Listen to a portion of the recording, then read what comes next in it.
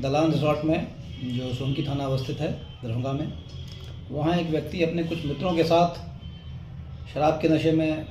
अंदर एंट्री लेता है और जहाँ और अन्य लोग रिजॉर्ट में बैठे रहते हैं रेस्टोरेंट में, वहाँ वो जाता है और ख़ुद को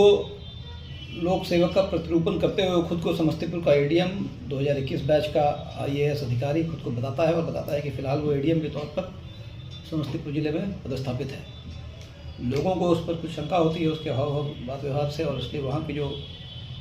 रिजॉर्ट के रेस्टोरेंट के जो कर्मी हैं, जो वहाँ के प्रोप्राइटर हैं, उन लोगों के द्वारा उसे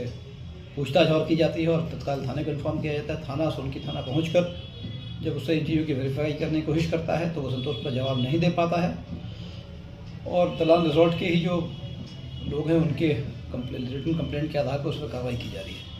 क्या क्या कितने लोग थे और किस तरह की जानकारी बता? अभी तक जानकारी वो 7-8 दोस्तों के 4-5 दोस्तों के साथ वो गया था, शराब के नशे में था और बार बार खुद को IAS अधिकारी बता रहा था और जिलाधिकारी का, पुलिस पदाधिकारियों का, हमारा सब लोगों का नाम यूज़ कर रहा था